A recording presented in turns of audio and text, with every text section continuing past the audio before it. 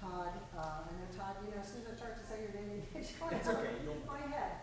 Todd Ullman is from the Department of History. So I'm gonna let them rock and roll, and I'll give you signals for your time. You have till 3:30.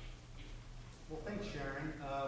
Everybody, thanks for coming to this opening of the Funk Festival here at Dayton. In the next 3 days, Dayton's going to get funky. And we have these people here that are with us today to thank for that. One of the great things about the city of Dayton is its funk heritage. And so we're here today for the next 3 days to celebrate that.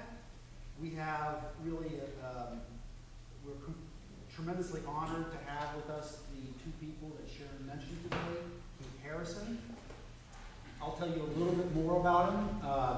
Mr. Harrison was in Heat Wave, Candles, the Ohio Players, and as we just mentioned a moment ago, won a Grammy in 1982 for Let It Whip. So he's one of the founders and great forces in funk here in Dayton. Also, I should mention, he played with George Clinton and Funkadelic and in Parliament. He's correct. Oh, no. Yeah. There are some corrections in my bio. Candles was the name of an album that Heat Wave made. I didn't play with George Clinton as part of the Funkadelic. When I was in the group Phaso Jazz Band, we did tours with them. So I want to clear that up, so there's typos in the bio. Well, thank you. Okay. And Mr. Clarence Willis is a bassist and songwriter. He also played with the Ohio Players. And we have the honor of saying that he graduated from UD in 1972. Yes, I did. Yes. There's one other typo. I played guitar. I played lead guitar. Lead guitar. I can play bass, but I play guitar. I can play bass. Okay, well then I think I'll stop with the round of errors and give it over to Erica Blanc, who is a professor and has taught at many different places, Maryland, Loyola, and is the author of Love, Peace, and Soul. That's about all of our favorites television show, Soul Train. She's also works in documentaries and has produced a number of documentaries as well as TV shows, and most importantly, perhaps, Finding Your Roots with Henry Louis Gates, one of my favorite professors of history. But she also is a producer. Oh no! A producer of A researcher. researcher. And you're a researcher, or what's your role with the Little News Network? Oh, Okay, there you're a producer. Okay, so a internet-based news network which has in this time a very interesting title, the source of real news, no corporate money, no government money, yeah, good stuff. So I suggest all of you visit that site and support it. With that, let's turn it over to the two panelists here that we want to talk to today. Perhaps I'll ask the opening question for you two. You know, so much of the story of Dayton Funk is connected to your childhood experiences as artists and learning how to play instruments here. And really in your initial opportunities to perform as young people. Can the two of you discuss your respective early musical experiences? You know, here I am at the University of Dayton, 50 years after I set foot on this campus. The first professional, I could say, engagement that I ever did was at a place called the Flyers Hangar. I don't think it exists anymore. It used to be here on the campus. That was one of my first experiences. So coming up, you know, as a child, you know, in Dayton, Ohio, I mean, music was everywhere. So, you know, we wanted to be involved, and our parents, I would say, for the most part, you know, encouraged us to do music. So, in getting involved in local bands and things like that was something that was sort of encouraged, you know, and we had fun, and we learned quite a bit. I would say that, you know, the groundwork that was laid, you know, by people before us actually helped us to become who we are, you know, and shaped our musical experiences through life. My experience growing up was, when I was about 10 years old, I remember wanting to play music. My mother told me when I was in her womb, I would always pat my foot when there was music. But nevertheless, did I know that my mother was actually playing the piano, but she never told me. When I turned 18, so growing up, we moved out to Jefferson Township on a 7-acre farm. And I'm into sports, but music was always in me. And so I got with a group of guys, you know, they were in the garage. It was Tyrone Crum, Funky Chunky, Michael Nooks, myself, Billy Branham, and we put together a group in high school called the Medallions. And but I was still curious, you know, where did I have this feel for music? So when I turned 18, I asked my mother one more time, and she said, "Come here, boy." And she took me out. We had a piano in our playroom, and she opened up a hymn book, and she started reading and playing. And I cried like a baby, and I said, "Mom, why didn't you teach me?" She said, "Because your father didn't want you to be in music."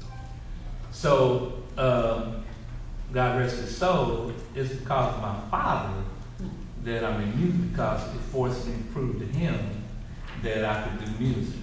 So I made every effort to make sure I made it in music. So that's how my research started. I pretty much came up playing by ear. Grew up on James Brown, Sly and the Family Stone. I even tried to mock Sly Stone with big, thick sideburns, and big afro, and that's why I got the nickname Chop Chop.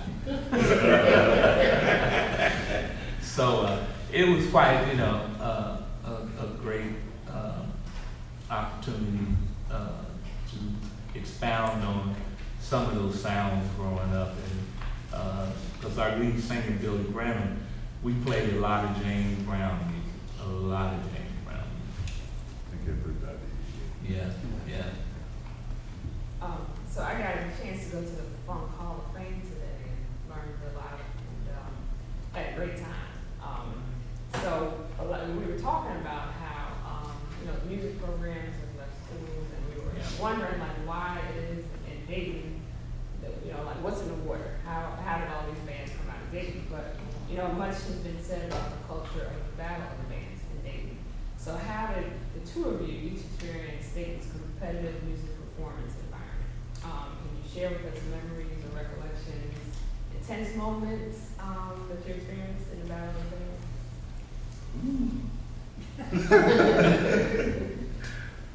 Shucks. Back in the day, quite a few groups in Dayton, Ohio. Quite a few, you know, everybody was good. So, you know, in order for us to do what we had to do, we had to be good too. So, thank the Lord, you know, He allowed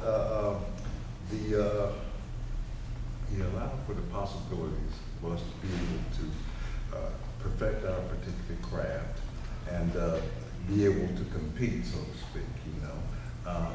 And in doing so, some of us were given the opportunity to be able to confront more people, you know, be seen in the United States and the world, you know, as far as doing our craft and what have you. And the things that happened early on in life shaped a lot of what it is that, you know, brought us to the point that we are now, or the things that we've done in the past, so to speak. I'd say the Battle of the Bands situation in Dayton, Ohio came out of high school talent shows, things like that, you know.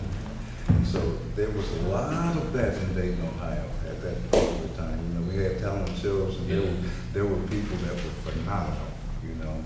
And even at a young age, you know, we could see these guys and women were phenomenal, and we had to do something to get up with them, you know. And so, in doing so, I guess we passed the test somewhere, you know.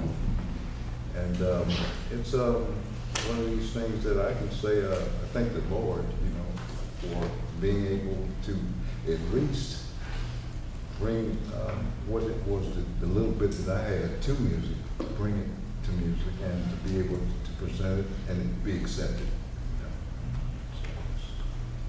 You know. For me, the groups I played in, we never participated in, like Clarence just expounded on, Battle of the Bands. It was talent shows. What they had back in the day, they had what they called the bandwagon. Yeah. It was a flatbed that a truck pulled around to all the race parks, and you would perform. But it was kind of like it wasn't a battle, but it was like a talent show. You know, they had first and second place, and we were still the medallions.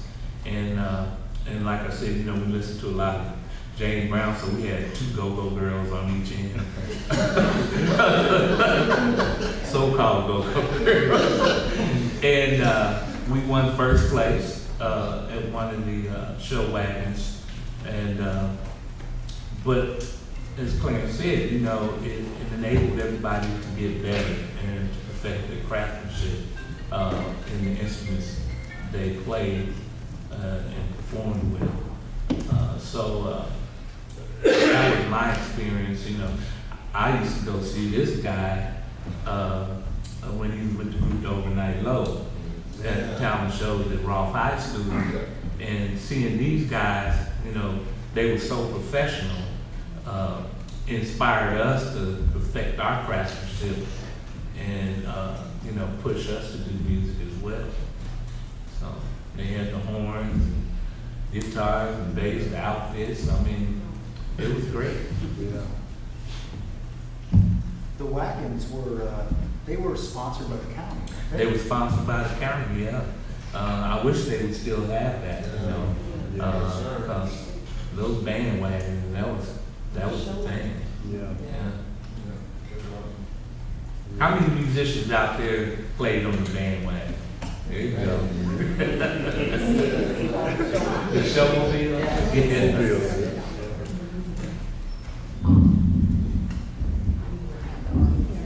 Oh, yes. Did any, since we opened it up to the questions to the audience, does anybody in the audience have a question they'd like to ask about any of these topics, the wagons or others? I don't know how many cities had it, but I know in Washington DC, the Showmobile Yes. was a big deal for Yeah. high school, kids that were involved in music and dance and stuff, but I hadn't heard of that, I heard about like talent shows, you know, just the involvement of the high schools in the development of musicians, you know, which has obviously changed, but it was a really big deal, in the sixties. It seems to be, have a lot to do with all the musicians and the fertile, you know, environment for that. What was interesting about the Showmobile was that the musicians got paid. So you could be 14 years old, Yeah. you know, and get paid to do music, which, you know, led you to believe that you could have a career. Right. And a lot of people did. Excuse me, can I ask a question? Mhm. Can we ask the mayor to have them back, please? Sorry? Can we ask the mayor to have the wagons back? Yes. Yes, we should. Bring them back, bring them back. Bring them back. Well, you spoke, Erica, you spoke earlier about the music programs they had in the schools and after schools, but you know, due to budget cuts, that has canceled a lot of that. But there are places like the Funk Museum that's trying to bring back music programs. I have a lot of us artists participating, working with, that's going to work with kids to help them perfect their craftsmanship, whether it be in technology, which I know Jesse Gray doesn't like, but that's where our youth are today. With but it's with working with music software, things of that nature. So that's one of the reasons music programs have gone away. I think across the board, across the United States, a lot of the music programs have been cut out. Mr. Harrison, while you're talking about this, in 1977 you had a song, Riding High, and that was a really big success. I guess it's a kind of funk classic now. And in fact, I think we have a clip of that. Can we play that right now? Yep.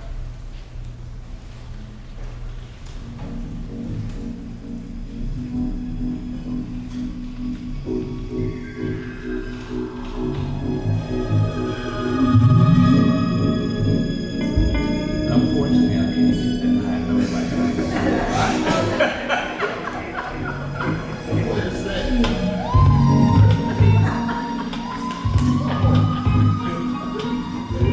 Yes. I can get half. I can get very fast.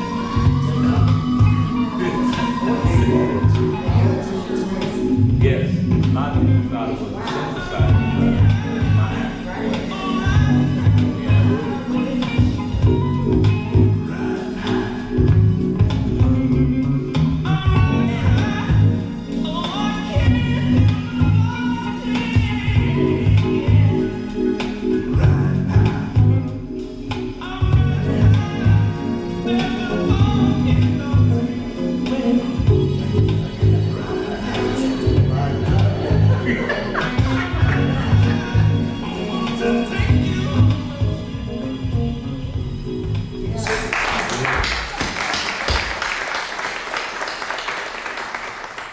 So listening to that, I wonder if you could tell us a little bit about the background of that song, where it came from, what inspired it. Well, I'm not ashamed to talk about it. Back in the 70s, I did smoke weed, and I did do some drugs, and the actual groove of that song came from me being high. I remember I was sitting in my apartment living room, my wife can attest to this, and the feeling of that 3 chords came about, and I just kept playing it over and over. I think I started about 7 in the evening, and I played it till 5 in the morning. And my wife she came and said, "Baby, please go to bed. Stop again." So at our next rehearsal, I kind of introduced the group to the fellas, and our lead guitarist, Ralph Akins, threw in the guitar part, and Roger put a funky backbeat to it, and I taught Tyrone the bass line, and he put some ad-libs to it. And then when we were coming out of Atlanta, Georgia from a gig, maybe a few weeks after that, I got the vibe to write the lyric. Of course, I got high, and I was getting higher. So as you can see, the lyrics speak for themselves, and the second verse was changed to make it a love high. Our producer, Clarence Satchel, in Tight Corporation, which was Ohio Players, he told us radio would never play. Back then, wasn't no way they would play stuff like that. So we changed the second verse to sound as if it was a love high, and the rest is history. Never did I think that particular song would be as big as it is and go as long as it's been going, because I know how it came about. But when I talk You know, it's been sampled, by a lot of big rappers, you know, Snoop Dogg, Ice Cube, Method Man, Ghostface Rider. The list goes on and on. It's played underground, above ground, all around, and it's just one of those grooves. When you hear it, you know, you just want to go with it, you know. So are you making money on the sample? Yes, some. We're still fighting a lot of That's- legal things. That's the bad news. Yeah, but, you know, one of the things, at least the ones like Ice Cube and Snoop Dogg, they recognized and did it legally, you know, so, it's been in 2 blockbuster movies, Think Like a Man and, the follow-up to, Friday. So, I'm pleased. So the lyrics in the second part were changed. What was the Right. original lyric? If I can remember, it was talking more about a drug high. Okay. And then Robert Neal Jr., who was Fayetteville's lead singer, we call him Bip, came up with the second verse. I have those lyrics on a napkin. Oh, that would be, that's great. Paper So, napkin. this brings a question up of. No, yeah. Oh, Question, yeah, Mr. question. Webb? Yes, one of the songs I like from Fazo is Breaking in the Funk. Oh. Tell us a little bit about that song.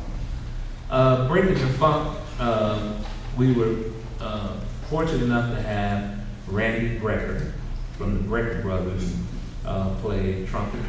Forgot who was on trombone, and Satchel plays sax. Breaking the Funk, we were trying to come up with another funk groove like Riding High. A lot of you might not be familiar with Breaking the Funk because our Riding High album, unfortunately, was the only album that got a lot of publicity. The next 2 albums, Good Thing and Breaking the Funk album, didn't get a lot because the record company just didn't push it. But Breaking the Funk came about on a live show. We were playing a gig and we kind of went into a breakdown of a song, and that groove just landed. And Ralph Akins, our lead guitar player, said, "Man, we're breaking the funk." And so the rest is history with that.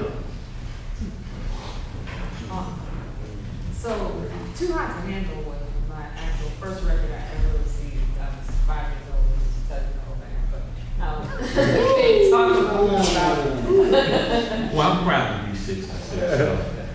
So, talk a little bit about, I guess, the cover of that album, but also, you know, some songs on the album. Well, I played 4 years with Heatwave, after a 10-year span with Fazo. Keith Wilder, one of the Wilder brothers, the late Wilder brothers, had always been asking me to join Heatwave, but I said, man, I got a group Fazo, man. You know, so that's how that connect came. So I was fortunate enough to record on the last 2 albums, but we did the Candles album out in California, and Rod Temperton, the late Rod Temperton, always gave Heatwave first giddies at songs he wrote before he would give them to anybody else. And Johnny, of course, was the mastermind behind the Heatwave material, choosing what material we did and what material we wouldn't do. So Johnny and whoever the art partner was with the record companies would always come up with those great covers. And they would always some kind of way tie it in to Heatwave. And I'm gonna say myself that Melting Candle was a great, idea from them. But we had a great time recording that record in California from what I can remember. It was a good album. Well, I'd like to ask Mr. Willis a question about the Ohio players. And I think that maybe to lead into this, we should listen to a little segment which we have of Ohio.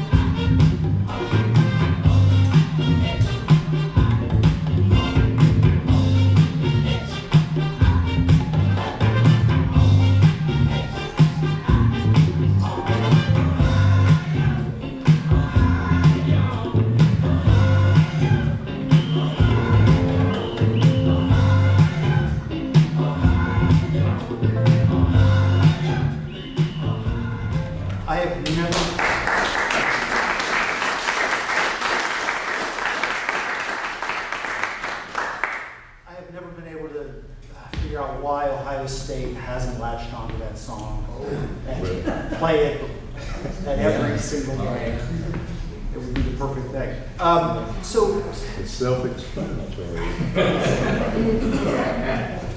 So what I wanted to ask you about was the Ohio players, of course, famous for their performances, live performances, and so much of the music is spontaneous.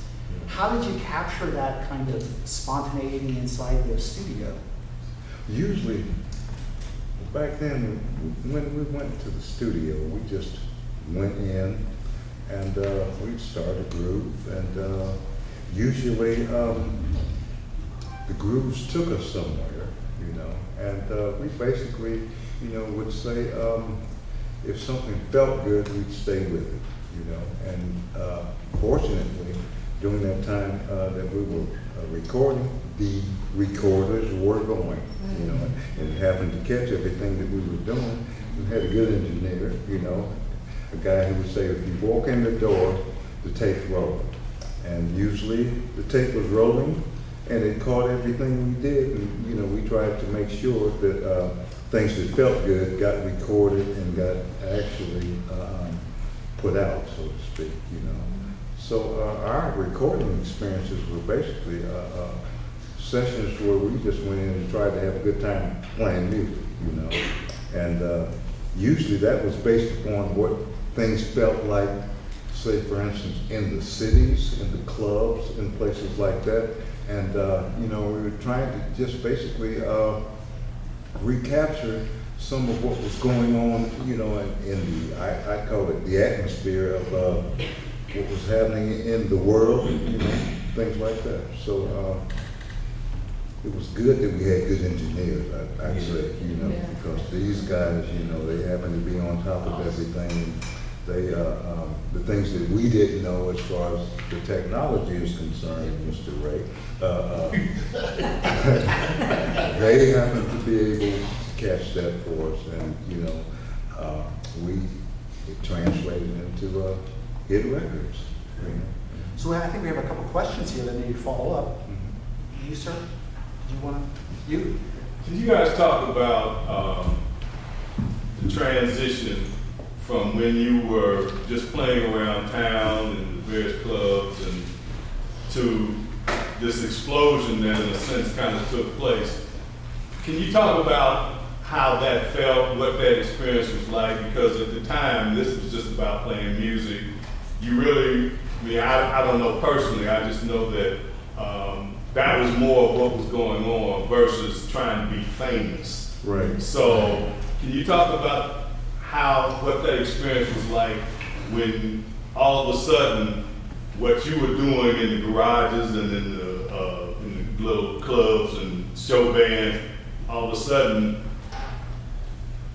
you go places and all of a sudden you see massive people and they're just going crazy over your music. Can you talk about what that was like?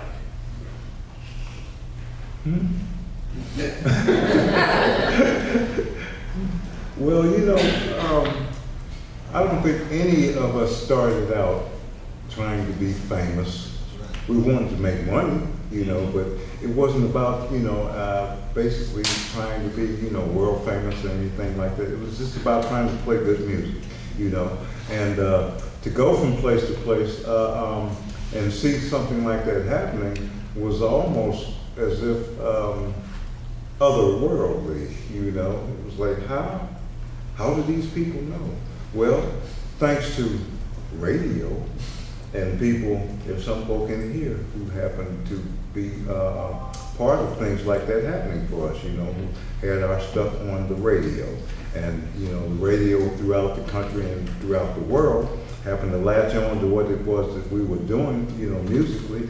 And I think we just, you know, happened to be on the nerve, you know, hit a vibe with just about everywhere, so to speak, you know. And the things that came after that were, I guess, what they would call the rewards and awards of, you know, having done these particular things. So I'd say, you know, great experience, first of all, great experiences, you know. And having the people respond to your music is something that's probably, you know, it's hard to explain, but it's definitely gratifying. You know, it's definitely gratifying to know that whatever it is that you're doing, you know, relates to people, and they, you know, they have a feeling just as you do, you know, about what it is that you're doing. Yeah, for Fayezo, you know, our break came through, you know, through the Line Players, being able to be the opening band for them, and you had to perform. And you know, I guess it's the kind of show you put on. You know, a lot of groups today you don't see them moving, and not stepping. There's no showmanship. They're good musicians, but there's no. Back in our time, it was showmanship.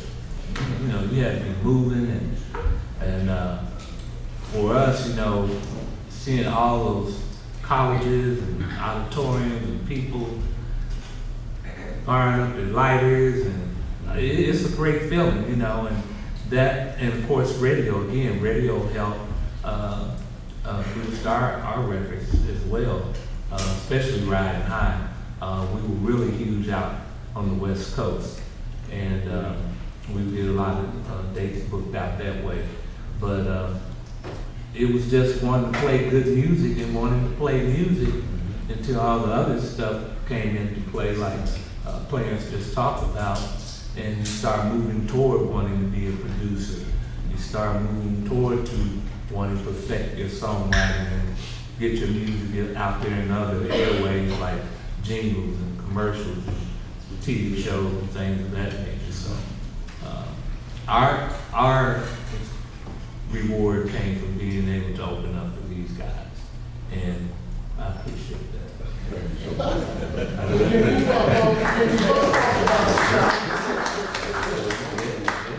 gave us an opportunity that a lot of groups can talk to you about. Why you pick this? Can you both talk a little bit about the challenges that you overcame as musicians and as a group? Money, that's the first thing, because, you know, none of us came, I think, none of us came for, you know, came from means, you know, families and things that had a lot of money, so to speak, to be able to put in the equipment, things like that, you know. So one of the, I'd say one of the first challenges was being able to buy a guitar, you know, get an amplifier, you know, get a truck to haul this stuff around in, you know, things like that. And so, you know, overcoming stuff like that, we're still overcoming it, you know. Because we're working right now, you know, and some of the things that you have to do, they're just, you know, people would not understand that, you know, doing what we do is a lot of fun. I would, you know, I have to admit, it's a lot of fun, but, you know, it takes a lot to be able to get to the stage, you know, and once you're there, you do it and it's over and it's back to the grind, you know. Yeah. I got a question. Not that the music has been played on the A side, but the B side that I always listen to, this is for Clarence. One of the songs, a couple of songs I used to like Hoochie Coo. Tell me a little bit about that. And then one of the slow songs that I really liked was Baby You and Me, We Plan to Be Together. And you never hear about those songs. Talk to me about those. Well, you know, I'd say B-sides usually, when we were doing, back in the days of singles, 45s and what have you, there'd have to be something that they would put on the side of a hit record, you know, on the B side of a hit record. And a lot of times, you know, those particular songs that they picked were songs that the groups liked, you know, say members of the group liked that particular song and what have you. And it just so happened that in some cases, people at the record company say, okay, we'll go with what you want, because, you know, that whole thing about artists and companies arguing about, you know, what songs that they like, what songs they want to have out, you know, what songs that they thought might be something that the public could deal with and what have you, was usually, sometimes it was a back and forth, you know, and sometimes everybody agreed on the same thing. But the B-sides, you know, in a lot of cases, you know, they happen to be good records too, you know, but it's just about what is the company pushing right now to make us the most money, you know. So are you saying that the B-sides often reflect the band's preferences and tastes much better than what we have on the A side? Sometimes, you know, sometimes, and you know, like I said earlier, there was total agreement in what was going on as far as the first, A side was concerned. You know, everybody knew that's the record, you know. So this question is for Mr. Willis. I don't know how far back you go with the players, but one of my favorite songs by them is Pain.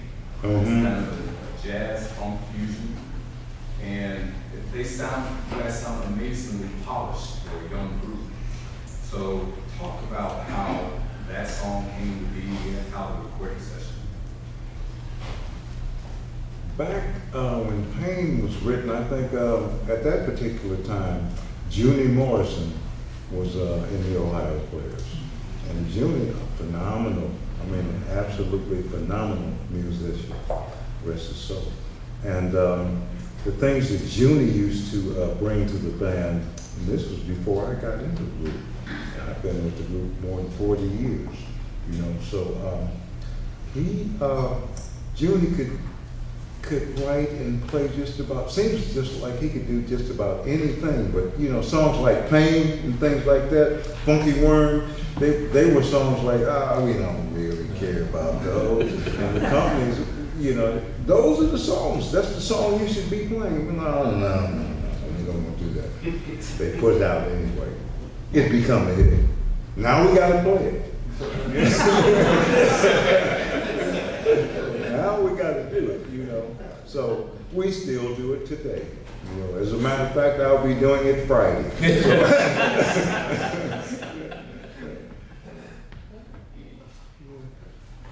Oh, yes. I was always amazed at the multicultural talent involved with the group and all the members, not only playing a variety of instruments, but I know Geeks, when you were a baby, your mother was my mentor as a great art educator here in the city of Dayton, and one of our main art teachers that stimulated us.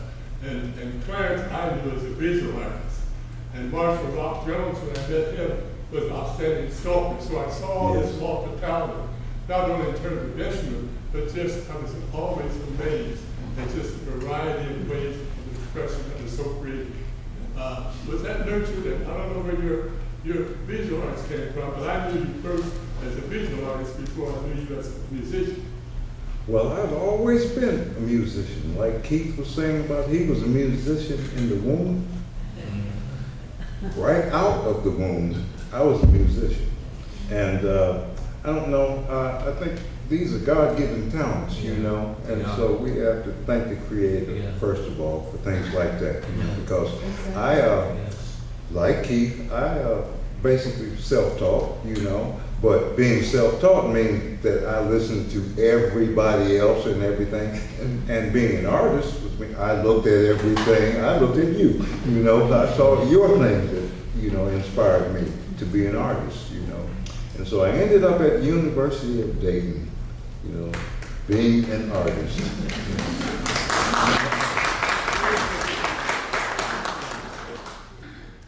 Yeah, definitely. So, being a part of the music industry I feel it's the greatest feeling you could ever have, just because of the people you meet too. In passing, or whether it be in the studio. I mean, I've been in the studio with Jeff Lorber, the George Dukes, you name it. I mean, great people that taught me things. The late Rod Temperton, when I got a Heat Wave, is when I learned about a lot of vocal stuff. You know, Rod taught me what they call a zebra chord. And it's like taking a major chord and adding a minor note to it, which gave Heat Wave those real smooth harmonies, but there was a harmony in there that would pull your ear in. They would go against the rule of what makes up a chord, but Rod was a genius at doing it. And so, sitting behind him, Rod had 3 sets of lyrics to every one song, and 3 different melodies. So if he played it to you, you said, well, I don't know. He said, okay, listen to it this way, Mike. Play it that way.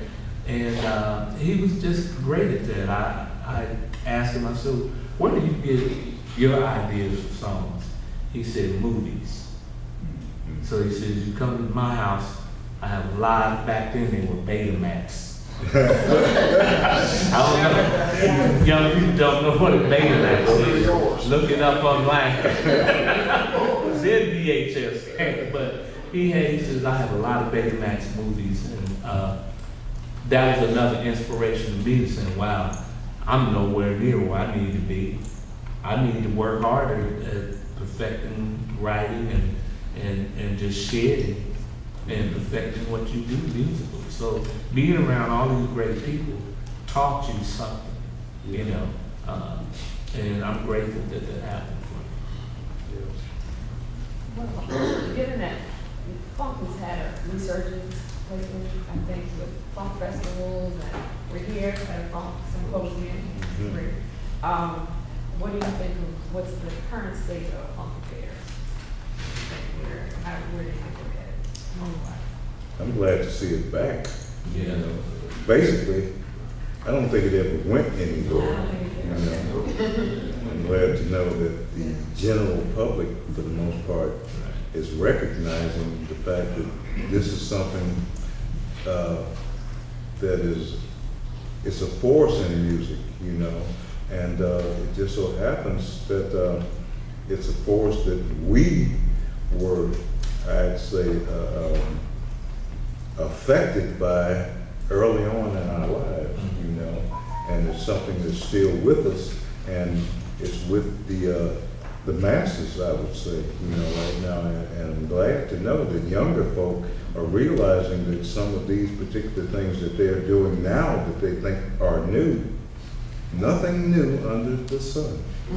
There's nothing new under the sun, and the fact that they're using these particular things in you know, samples and things like that and what have you, and they're making it more recognizable to the general public, and that's a good thing. Yeah. Funk is a feeling. You know, it comes deep within, and like Clarence said, unfortunately, they stopped playing hard funk, but the younger artists picking up on it, and I'll mention one, Bruno Mars. He studied this, he's submitted it, and he's done a phenomenal job in mixing it with the new technology sounds. But it's never left, you know. I was just glad one day before I leave this earth, if radio stations would just take a day of playing our music, you know, and mixing it up, you know, more than just playing with the masses of young people. You have some radio stations now that are spinning old school music again, but it's not on the major stations like it should be. So, you know, funk is all about a feeling, coming deep within. Like again, my mother rocked me, so she rocked the funk right in. And when I came out, I was funky.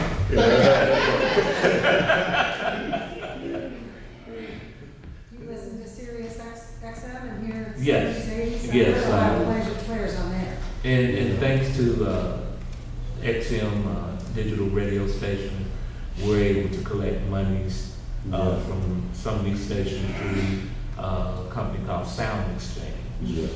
And they collect all digital airplay, but it's not royalties. It's if you perform, performance royalties. And they can be pretty thick. We had some questions back here. Yes, sir? Yes. First off, I got two questions actually. One for Mr. Wilson, one for Keith. First, I may have missed it, Keith, because I came in a little late, but I wanted to ask you, what was your inspiration for writing on? And I wanted to ask Mr. Wilson about the song Here Today, Gone Tomorrow. Well, I think we got the first one right. Yeah. Yes. We enjoyed that explanation. So we have the second one is from Mr. Willis. What was that? It's a song that the first song I heard by y'all was Here Today, Here Gone today, Tomorrow. gone tomorrow. Now, It's gone. It's gone. I couldn't tell you. I'll be frank, you know. We're being honest. You know, Yeah. Here today, gone. We've got so many songs, you know. And thank the Lord, you know, He's allowed that to happen, you know. And saying here today, gone tomorrow, it's just like life, you know. Here today, I may not see you tomorrow, but glad I see you. Glad I see you, sir. So two more questions. I think we have time for two more questions way back there. So this is for both Mr. Willis and Mr. Harrison. What was your inspiration? What brought you to funk music, and why did you choose that certain genre of music? That was, I would say that was my blueprint. It wasn't nothing that I said I wanted to do. It was just my blueprint. So my chordal structures and my fields were recognized as being funk. You know, it was the blueprint. So again, I can say listening to radio too, to James Brown songs and Sly and the Family Stone were influenced me, you know, some, but it was just a blueprint that I came out and played funk music, which the people you all identify us with. Yeah. And I think it's cultural. Right. Mm-hmm. You know, it's a cultural Definitely thing. cultural. And I don't know if you know, there's a song by Grace Jones called "Slave to the Rhythm." Oh yeah. You know. One of my favorites. And we were born into this, you know, and having the opportunity to be able to choose and what have you. I think if you're born to something, you don't choose. You know, it's on you, it's in you, it's of you. You know, it happens to be what you are. And so, you know, funk music happens to be what Dayton, Ohio is. You know, there's a lot of of music that's out of Dayton, Ohio, and what have you. But I think the music that has made the most impact in the entertainment world has been funk from Dayton, Ohio. We have time for one more question. Sir, you had a question you wanted to ask? Yes, I was wondering, Keith, could you kind of just walk us through that Grammy experience? Was there a practice on how to receive and what happens backstage? What is that experience like? Well, actually, on the day of the Grammys, we were scheduled to take Solid Gold. Some of you remember Solid Gold. And we were trying to figure out how we were going to get from the Solid Gold taping to the Shrine Auditorium, which that particular Grammy Awards was held in. And we had our outfits on, so we were saying, how are we going to switch to tux and make it in time? So what we did, we kept on the leather pants and wore the tuck tops and took the bow ties off and, you know, trying to make it look real cool and suave. And as we walked into the auditorium, they said the winners are. And they said the dance band. We were like, we looked at each other, and our manager said, "Go on up there, we won." So that's what it was like. And after we came off the stage, I remember running into the lobby, getting on the phone, calling home, and Pat Benatar was standing next to me, and I was calling home and I was telling them we won, because back then they didn't televise that segment of the Grammys. And they said, Neil, right, I haven't seen nothing. And I kept bumping and saying, tell him we won. She's looking at me like, who is this crazy person? So it was like that, you know, and it was an all-time high, I'm telling you. Well, I think that we unfortunately have run out of time. How is for us to keep on our schedule? So, although I'm sure we could sit here for a long time more and talk about a lot of great stuff. But let's give it a round of applause.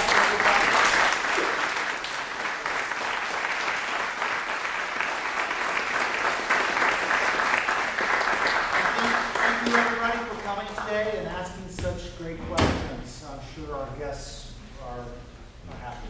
We're going to do a quick transition to Jesse Ray. We hope that we have the video this time. If you want to take a quick bathroom break, this might be